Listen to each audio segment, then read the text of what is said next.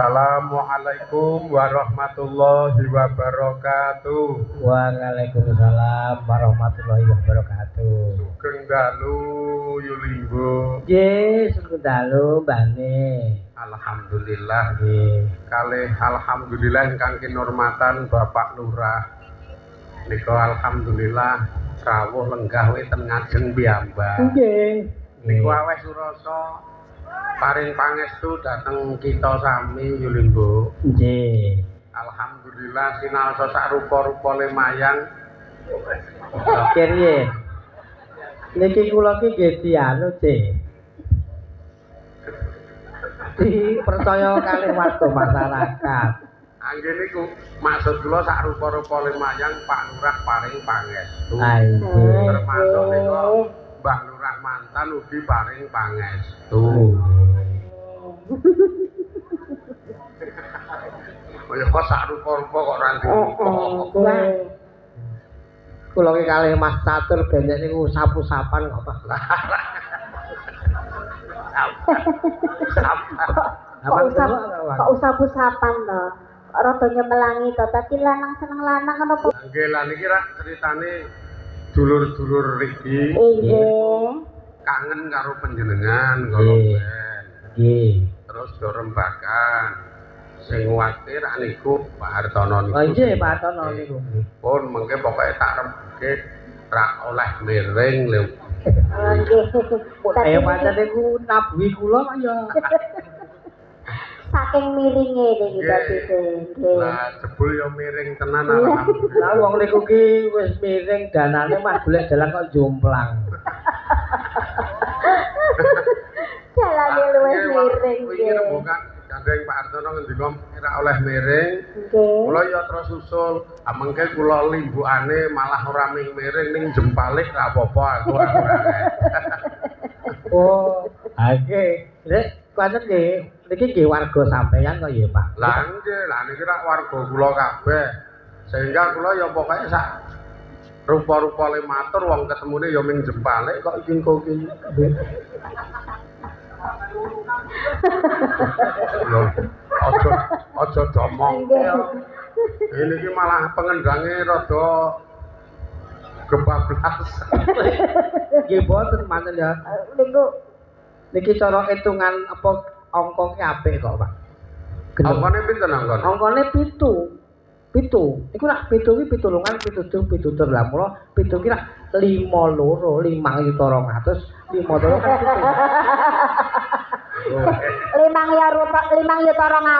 Kira-kira jenengan wau melu urun pinten? Jane iki Nggih. kula kok kon ngomongke nominale le urun rak ya mirang-mirangke warga. Boten kok kula kok Ya pokoke tok nek mbuh wangun mbuh ora gandeng ning warga kula ki urun loro. Loro napa? Loro ki Rong glinding. ya ana. Rong glinding ngendhoke wau to. Ora ya Lan ana. apa? Ya ana suarane. Oh ngaten. 200 ngaten. Loro ki ya swara iki. Nggih. Kira swara iki. Iya karo duwite dek mben. Loro niku rak ya. ya niku pun alhamdulillah barokah, Pak. Ya tak kula ngelingi Mas Dalang niku. Wong Dalang niki rak ora kaya dalang liyane. Nggih. Pancen beda kok ya. Mulane rada kula bedake, kula istimewake. Apa nek kula ora rada apal. Pripun? Akeh biyen tekan sprene niku apal banget aku. Nyuwun ngapunten niku ala-ala guru kula ngaji lho niku. Kula blas ra tau mangkat. Saiki buasan dadi dalang rada kondang, Nggih. ora mangkat. Kamu yo ngaji rada. Ngaten to. Nah, mangkat kepinggir malah manggledjak niku. Lah niki lho Yulimbo, maksud kula Nggih. oleh Pak Hartono ngrawuhke jenengan ten mriki. Nggih. Niku salah siji tujuan pribadine kula ron jenengan. Nggih. Niku rak mbiyen tau ngaji bareng. Nggih. Lah bar niki iki sesuk men terus mangkat meneh. Angkat meneh. Niku tujuan pribadi. Nggih. Tujuan keduane pokoke sak rupa-rupa ngayu bagya kamardikane Indonesia. Betul nggih. Sing sebagian kamardikan niku dirasake karo warga Pongu. Oh, lah. Nggih. Iso guyub rukun. Wis do ngrasake kamardikan. Nggih. Nek nggon guyub rukun mbuh rukun kita ora tak rukun. Mboten nek nggon bab guyub Pak niki Pak wong den nabung nggih nyatane ya laras. Nek wiyodene alhamdulillah rukun kabeh iki. Nggih. Maksud kula wargane kita ora tak rukun iki. Kok saged? Lah nggih pun niku mang takon. Mula rak terus ngrawuhke panjenengan niku men iso ngrukunke warga. Nganggo ngandani nek iki merdeka aja ngantek digawe ora merdeka wujude ora rukun. Nggih niki ngrukunake warga masyarakat. Nggih. Nggih. Pancen nggih niki wonten panjenengan niku dadi malah tambah gayeng kok Pak. Alhamdulillah nggih. Syukur sampean iki nek dugi goro-goro. Bang nek niku mung pikir mburi. Wong jenenge wis kula aturke sumbangan kok ngantek tekan goro-goro iki ya mung ngremuk awak saya.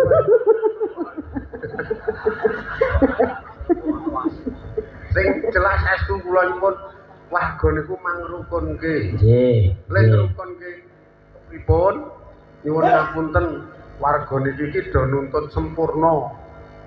Karepe dulur tangga niku kudu sempurna nalika nyrawungi awake dhewe. Sehingga nek ana dulur tangga sing rada elek sithik niku kudu disengiti sih. Oh, niku rak lumrah wonten ing dusun pundi-pundi ngoten niku. Oh, Aja to kok sing urip Jane iki panjenengan ya ngejak geseh lho, Pak. Pripun lah ya, ten pundi-pundi kemawon nek jenenge wong tangga ora apik nggih disengiti kok ya. Maksude iki ora kok rapi. Pripun nggih? Elek iku pokale utawa tinggahe lah, ngeten to. Tinggahe elek terus disengiti kamangka upamane elek niku ora ngrugekne wonge lho niki iki. Ha kene Contoh mawon mbangane angel. contone napa? Dasare yulinggo karo tindane ora dong-dong angel. Wah, nek kula Contoh ning ra nyoto. Monggo. Misalkan ana tangga ana dulur. nggih. Niki mengke iki tuku nomor wis lah gampangane. Ning upamane ora tenan lho iki. Nek kuwi dong aku. Lah niki ana tangga tuku nomor iku sing rugi sapa? Wong yo ora ngrugekke tangga to? Mboten ngugeke. Ora ngrugekke tangga, ora ngrugekke kiwa tengen ngaten niku. Ning karo kiwa tengen karo tangga sing tuku nomor iki disengiti. Niku Kudune kan ora kudune malah ngelekke nggih, Pak. Nggih malah Ngelekke. ngakrapi, nyrawungi, terus engko Melu tumbas. Ngoten niku to. ngaten iki gak gesah nek iki. Ora pripun jare nyrawungi guyupi bareng kuwi kan ya suwe-suwe kan nggih kepencut. Ngoten kok ya. Niku kelase jenengan. Nek kepencet kuwi. Heeh. Nek Kelas nggih. Tapi nyrawungi. Heeh, bar niku. Meneng ngandani. Oh, ngaten. Ora ora didoe ora. Nuwun sewu, Pak. Niki sing gendel alhamdulillah pun sadar. Dia tuku nomor terus. Wah. Saniki mung titip kula. Oh, ayo wis. Dilare aku nggih. Ora kacek nggih. Jenengan perkiraane jenengan prediksi Nggih. angger niku titip yakin ora metu jenengan ciyak ya nomor niku ya. Mboten niku nek angger metu ngono malah sok nganu sih, Pak. Apa kuwi jenenge sok kula dijak jajan bareng apa Oh, niku? iya. Nggih. Niki lho sing kula maksud kamardikan niku nyata-nyata njaba jero lahir batin. Kamardikan aja kejajah nganggo rasa sing rasa niki iki sakjane ora pati opas. Kaya sing kula aturke nyengiti wong, sing wong niku jenengan biji elek, kamangka upamane elek tenan, sakjane ya ora Nggih, tegese mboten ngrugekke liyan ngono nggih. Ayo ta sakjane ya ora ngrugekke awake dhewe. Kejaba nek nyetel sonsro kok kebibenan tangga-tangga. Kuwi pancen elek. Nggih. Nggih.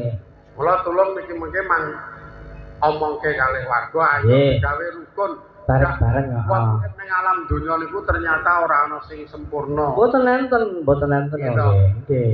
Kudu do iso nampa ora sempurnane urip. Iki wong kula ki mayang teng pundi-pundi nggih namung sak rupa-rupa kok. Angge cak ora sempurna to? Ora sempurna. Wis sak rupa-rupa niku wae. Sip niku. Ning ketrima. Ketrima. Hari iki wargawe seneng kok karo jenengan iki. Lah nggih. Najan to sak rupa-rupa lho niki. Tapi seneng banget iki Pak. Pak Jur dibulan-balani sak rupa-rupa gitu. Kula ben saya seneng. Inggih. Saiki nyanyi neh niku. Wangge, derek, monggo. Lelagonipun menapa? Lagune Pak apa? Yai, wala iki jen. Nika mang nembung warga nika njaluk apa? Oke. Nek nek nembung lagu yo ora mung waton nembung tok. Pripun? Yo karo uncal-uncal amplop apa. Oke, Bapak Lurah. Iyalah. Lah kan nembung amplop to nggih kula nembung Bapak Lurah to ya. Lah kudu remu ngaturi yo ngene no. Pripun? Ibu-ibu ajeng ngersake lagu napa ngersake kondur ngono. Oh, ngersake. Ije, bila wonten papundutan lakon Bapak Ibu. Pepeling no. Pepeling nggih. Kalian panjenengan lho menika Bapak Yai. Iku Bapak Kyai Lah kajengen. nggih. Pun cepak niki Bapak Yai. Boten katrokan. Bapak karena apa? Nggih. Niku nek sak ngerti kula sarungan iki. Lah nggih boten katrokan to niki. Wong mengke rencana Sindene le omong munipun cepak ki kula bar watu. oh, Ora yo matratap aku. Anak ndongake. Bar watu kok munipun cepak iki ra kurang ajar to. Lah kinten-kinten pun siap didongake napa pripun? Nah, aku lho wae sing ndongake. Masalahe ketoke mandi kula mbangane jenengan. ya sak rupa-rupa. Yo pepeling sing ayo. Nggih, katur pepeling. Dulur-dulur pepeling. Nggih. Lah nek panjenengan lenggah ki njur kula kan pripun? Oh, nggih. Nyun sewu. Nggih, nek mboten nanten sedaya sewu nggih purun.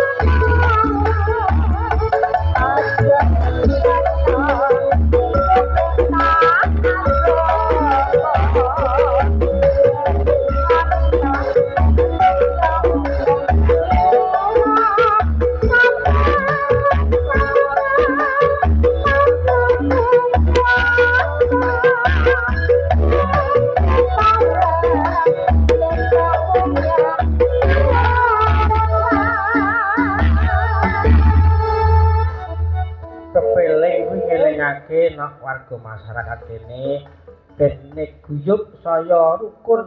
Ya. Nggih, Pak RT, Pak RT. Woro. Nggih monggo sak rupa-rupa menika.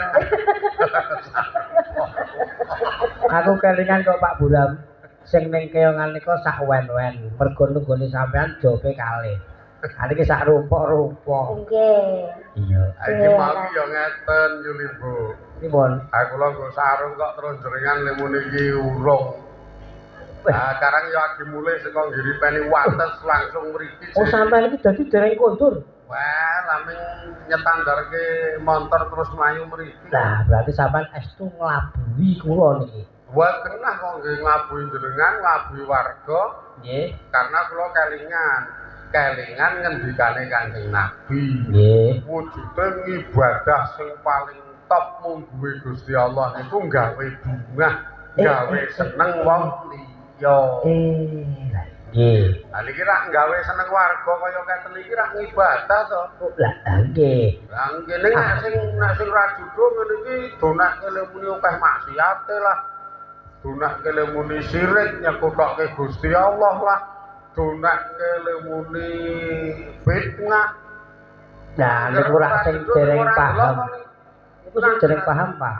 Nggih. Tolong pahamno niku. Nggih, dadi ngoten Bu warga masyarakat. Yang riki nggih mugi-mugi sampun do ngampahi salat ingkang ngrasuk agama Islam.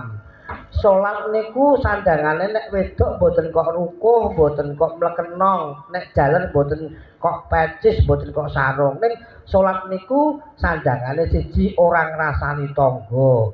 Nek iso malah ngapik-apik tangga. Jalaran salat kuwi tegese iso njaga ilat. Mula nek ilate ra iso dijaga ya padha karo gedung wis apa obro kuwi. Ha iya, senajan to kaya ngene ning ya sak rupa-rupa iso kandhani aku malah pas merengkes kepoto asem iki. Akeh niku yo Ibu. Nggih. Sakniki dicermati nek kaya model nggah wong akeh ning dikemas nganggo wayangan. Iki eleke iki nggo endi? Nah, mongko sing jenenge wayang iki rumiyin nggih dakwah gitu, Pak. Nggih, wong Nggih dalang kuwi nggambarke ala karo becik. Ora ana wayang kok apik kabeh ya men iso metani ndi sing ala ndi sing becik mula diarengke golek jogetan kuwi nggon buri dhewe tegese golek ana barang sing apik iki mau tatkala dalan ki nyuguh roti ya panganen ning tatkala dalan ki nyuguh telek ya sikirana kudune ngono. Nah, nggih pancen yo telek ki sak rupa-rupa tetep ora enak.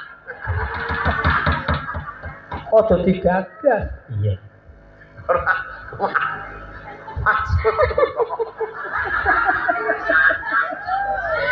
Adalah. Ayo.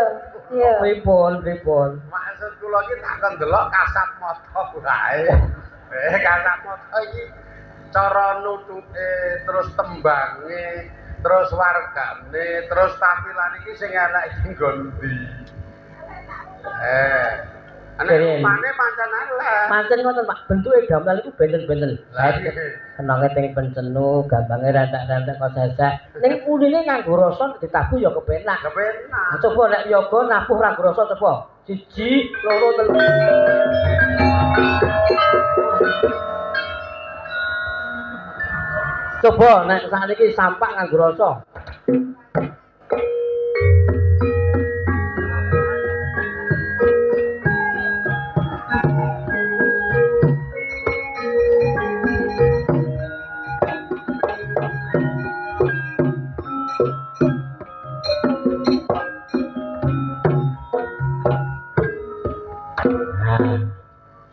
Nah, jantung beda-beda bentuke ning nganggo rasa iso apik, Pak. Nggih. Nah, sakniki niku rak unine ya. Unine. Kula tak matur blegere. Segere nggih. Blegere gamelan barang kaya keten niku rak ya werna-werna to ya ora Ana sing padha. sing bunder. Ana sing rada apik wujude, ana sing rada eli. Nggih. Ana sing wae ya pokoke sak rupa-rupa. Aku kadang kala ngeten yo nggih, Ibu. pripun Ora paham. nggih. Ngeten niku gandeng ora padha dheke. Nggih. Sing liya sing dianggep ra padha niku sok dadi sengiti. Oh, Dadi dadi sing marai ra rukun ten mriki. oh, dadi sing ketok ning barang sepele ning dadi rakur. Nah, nggih misalkan sing nabuh gong. Nggih. Niku gandeng gendang niku ora padha karo gong. Nggih. Karo gonge gendange disengiti. Oh, Alasane nek ora padha. Dadi ora kena luput sithik ngono. Oh, duwonge iki Ning- gamelane. Ha ning nganu kok Pak, sing komplit iki mboten namung donya kok Pak. Oh, wayang kowe komplit niki. Lah nggih ta iki lho. Lah niki lho Pak, niki lho. Lho. Oh niku nek sing ora seneng do disengiti. Sengiti nek itu nggih jamu niki. Lah wong kula ki nek kepethuk niki mesti ayo awas nek mateng pangan. Wedi kok niki. Ketoke nek petuk jenengan melet-melet niku. Bah, mboten nek kula mboten nate Pak. Nggih wonten iki ampun. Niki anu kok kula matur ya sanepa. Maksude sanepa niku misalkan tukang gong weruh gendang gandeng ra padha karo gonge. Karo gonge gendang niku disengiti. Disengiti. Niku sebagian wong nuntut karepe wong liya ki padha karo aku. Kula nek ra karo aku padha dadi Oh dadi kanca ngoten niku. Nggih ngene iki lho modele iki. Jadi duwe penemu dhewe nek lamarung penemuku rasa. Terus duwe anggepan tingkah, nek tingkahe ora padha terus dimangkani. Nah, saiki kula contoni, Pak. Niki lak sing jenenge warga masyarakat tak mesti wonten kumpulan. Nggih. Lah kumpulan iki wonten rapat sing perlu dirembuh. Upamane warga mriki ajeng kecor dalan, patungan sak kakak 40. Dilalah wonge ana sing wong sugih. 100. Ngoten niku lha sing ra duwe mesake. Nah, mula sing dienggo patokan iki sing wong cilik sithik. Kowe pira kuwate? Wong gedhe mengko syukur ngluwi ora apa-apa. Soale ngene, sing jenenge wong ngendhog banyak karo numprit iki cetha gedhe banyak. Ning nek ngendhog padha-padha ngeden. Bayo. Nang manumprit yo ngeden apa 40. Mentok yo ngeden apa 40. Padha iku. Banyak 100 ya padha. Padha. Padha Coba ngeten ngoten niki.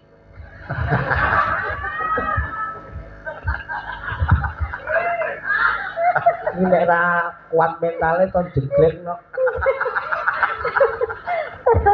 Saya jembale. Kaya ngubengi kula iki jenenge mayang iki diabul-abul yoga.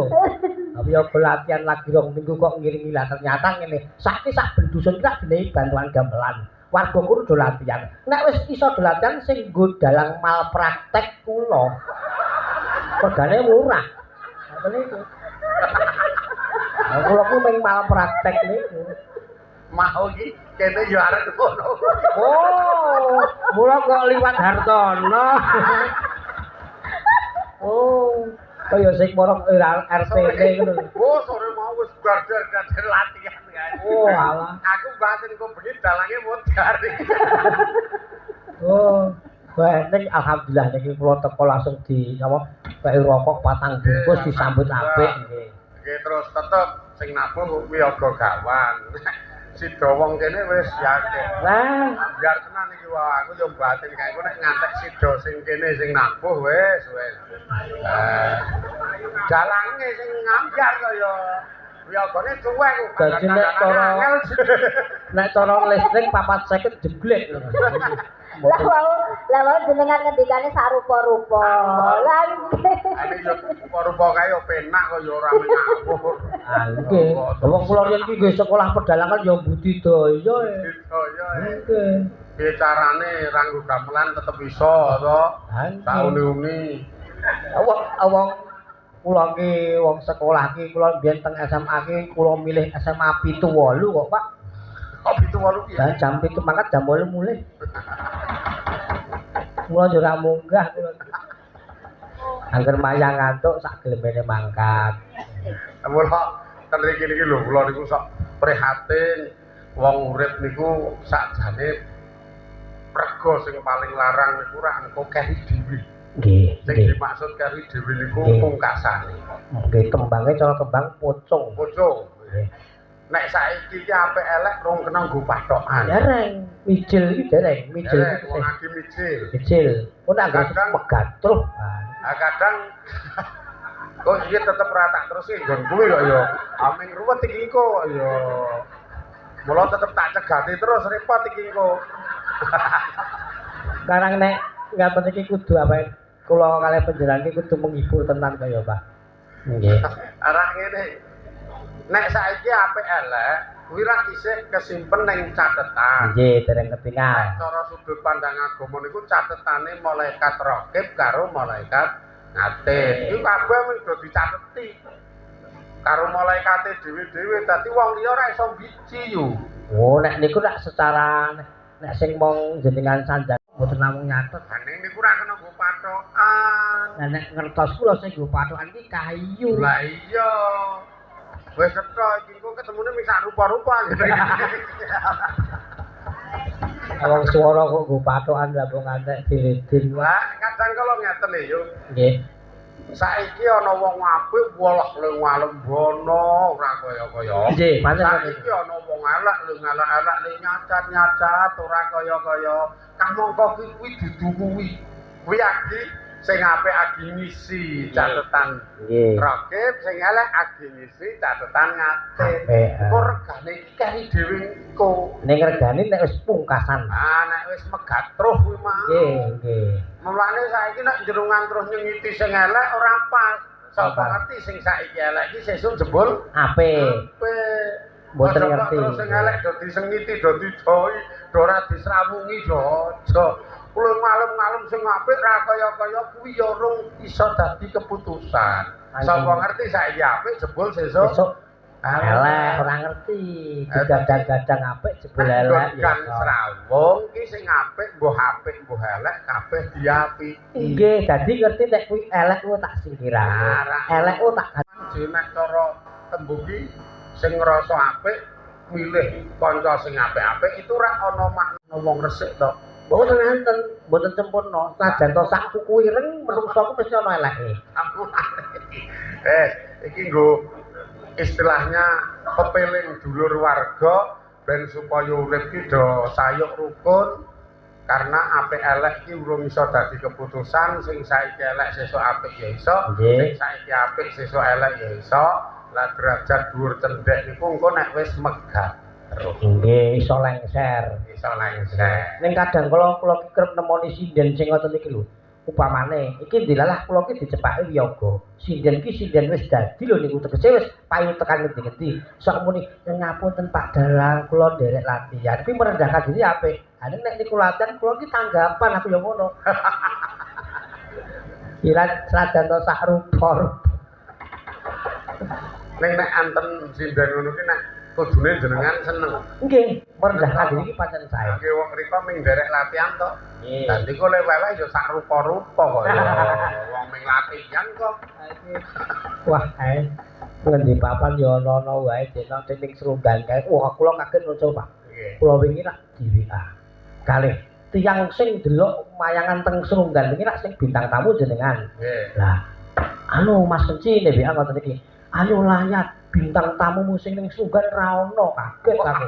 Lah, kula tusul jebul kula nak mayang ping kalih siji Pak Antangin nika sing meninggal. Nomor loro sampean. Lah kula pitani iki sing meninggal iki sapa? Iki po iki yo. Lah dilalah kok kelungkapan sindet alhamdulillah panjenengan panjang umur ngoten lho.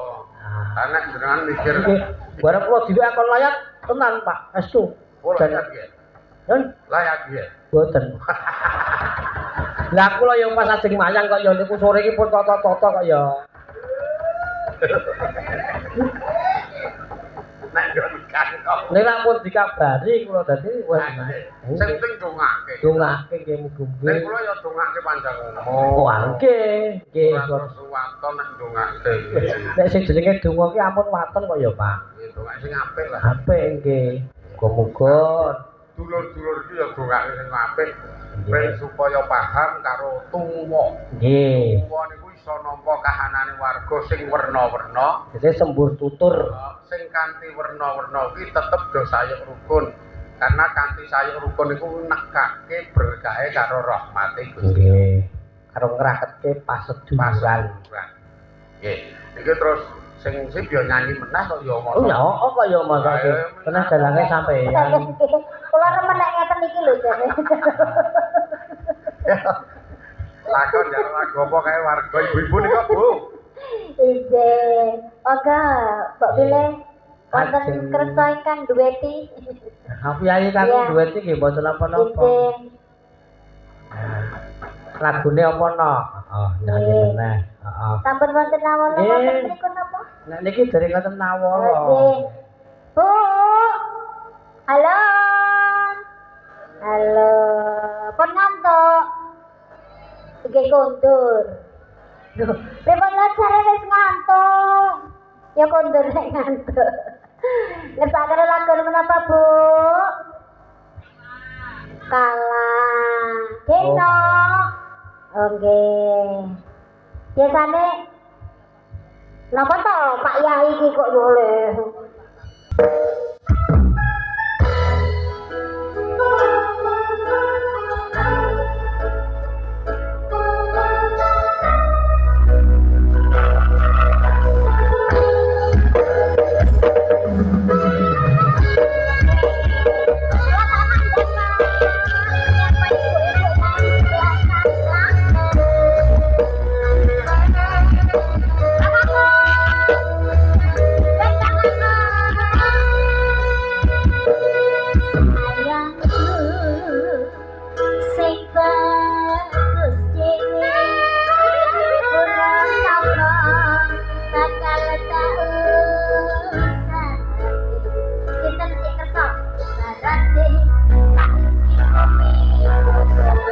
Yang minta tadi siapa?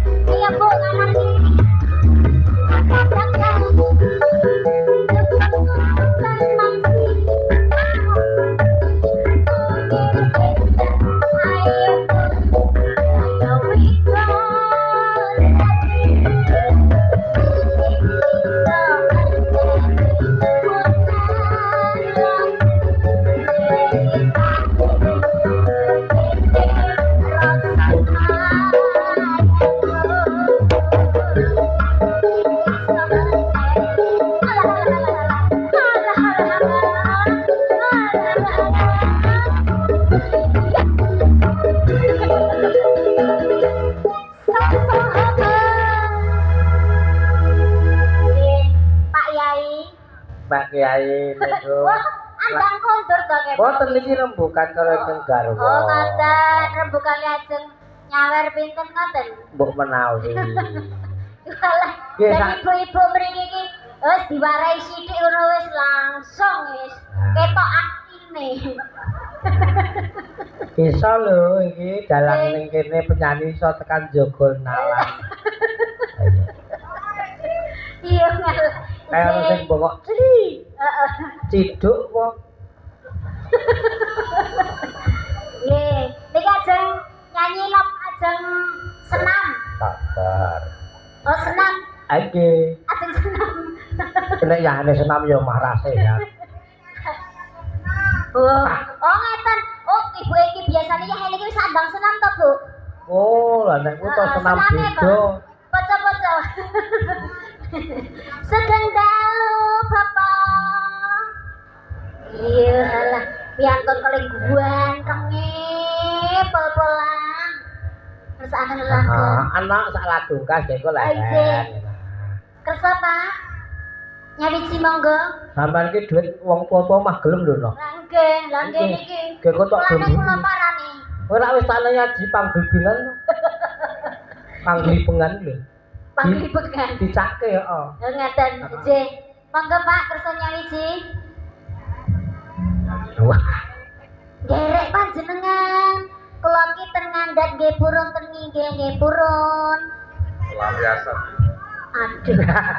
Aduh. Pelampiasan. Bisa dong. Lagi hari kali panjenengan kita lempeskan berdua. Maju yuk Pak. Nah, yuk. Yuk, dikasih tepuk tangannya. Nggih, dikasih mic-nya di atas aja ya Pak ya. Mau di atas Pak? Oh, ten mriki mawon. Oh iya.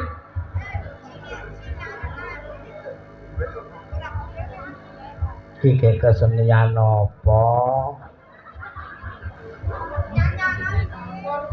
Ya iya. Mulai tawar menawar no iya.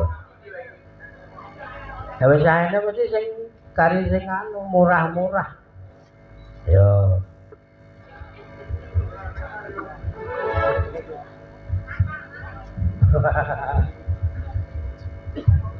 Nyalah. Ayo. Ayo rasa mikir Sumiyo. Yo.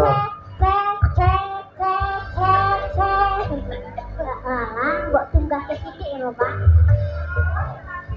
Pelampiasan 2. Pak, sini Pak, niki anu mboten dugi mriku.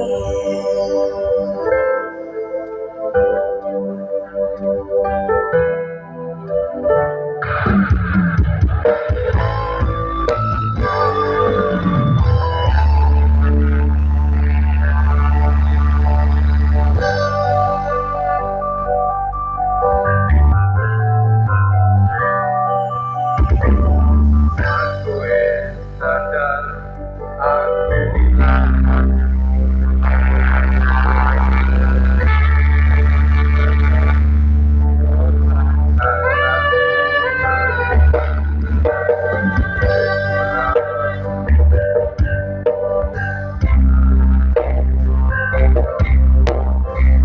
Dilono arep disawer karo bojoku. Lho no arti sawer karo ingkang Kono garwa. nih. Mau njaluk lagu dino apa mau kae? Dino tadi mau ya. Kuwi arep disawer karo ibumu kuwi. Nah, Ya Ibu, dalem matur pisan meneh. Oh, ngaten. Sik wiyaji utang kaweran kok lali kahanan kono. kono lagi hitung-hitungan lali kok ya. Heeh.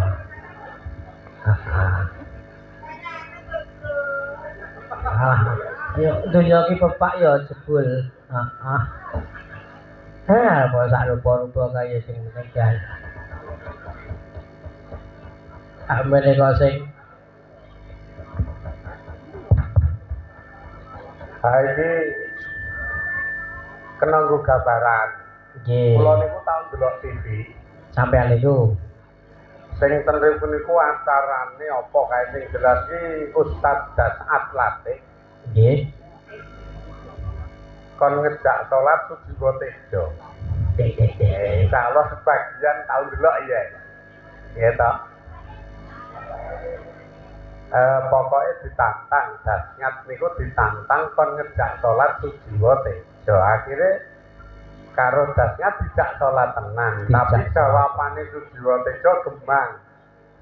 Alasane Sujiwo Tejo le gemang nggambarke lah kae sebagian dewan, sebagian menteri sing agamane Islam ning yo salat kae iki. Ewa semono senajan ta salat kuwi isih kendele korupsi kok. Lah, Apa artine salat nek isih kendele korupsi? Ngono jawabane Sujiwo Tejo. niku kasunyatan sing ketok kasat mripat gitu. Niku nggih. Nggih.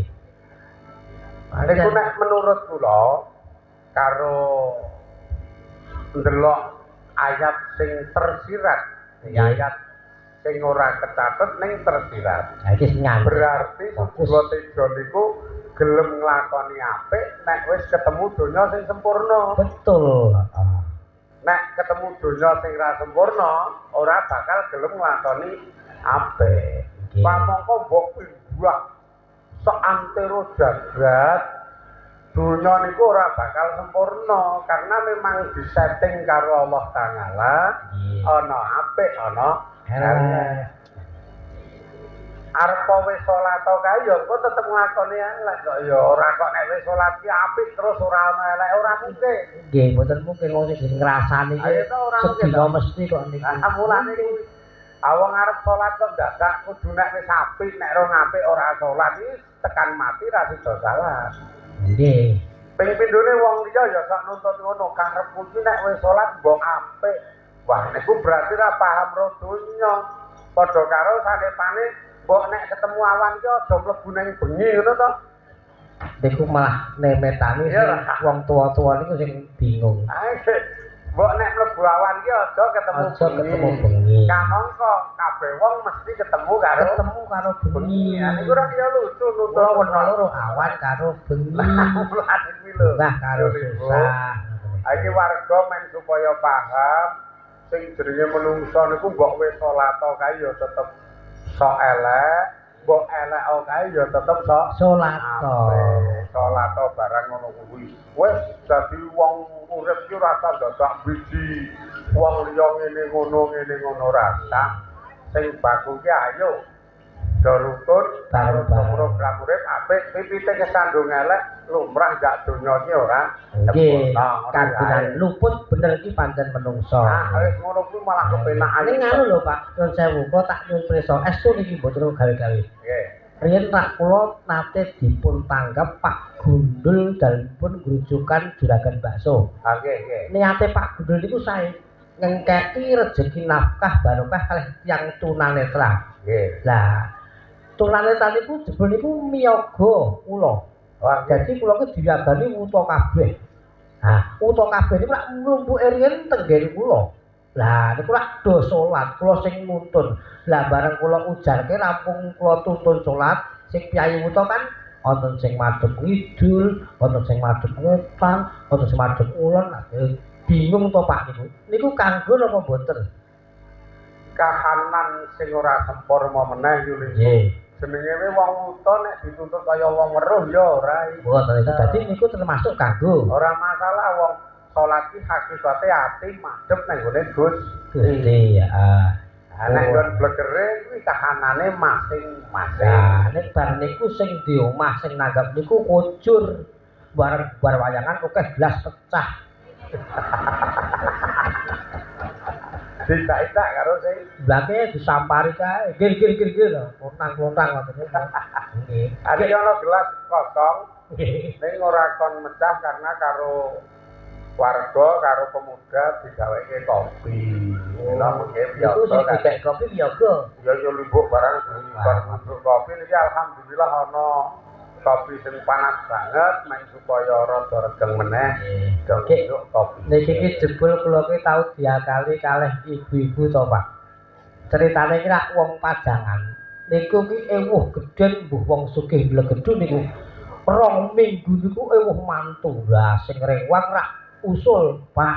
Niku sing do rewang saya mbok kula tanggape Mas Senci sing mboten mawi gongso. Lah nanggap aku bar aku mayang tekan kula sing do rewang saking sayae do turu aku kon nunggu bekakas. Niku kula wis kapusan. Ning nggih kula ketrima. Ketrima wong sing penting ora le mayang kok. Wah, kene nunggu niku. Ya mung sarupa-rupa iki. Iki men mengke didadekke bahan pemikiran warga kula warga masyarakat. Ayo sing rukun sing sayuk nglungguh ana dadi kawula sing ora sempurna. Ngilo awake dhewe-dhewe terus mengke kaya ngendikane Kanjeng Nabi ngukumana wong kaya nek ngukumi awake dhewe. Ora seneng dijiwit, aja seneng sok jiwit. Ora seneng dielek-elek, aja seneng sok ngelek-elek. Ora seneng dicacat, aja sok seneng nyacat. Karena kabeh wong kanggonan. Iki jenenge tumuwa tenan nek iso mikir ngene. Nggih, tuwa ki ora kudu kok rambuté putih. Tuwa ki ora kudu kok umur. Ning ana sing jenenge tuwa tinuwi-tuwi, tuwa ki sing dadi kok sembur tuture. Nek biyen nggo nambani bocah nangis disebul nyomanase mari iki nek wong tuwa biyen mergo mandi ucape.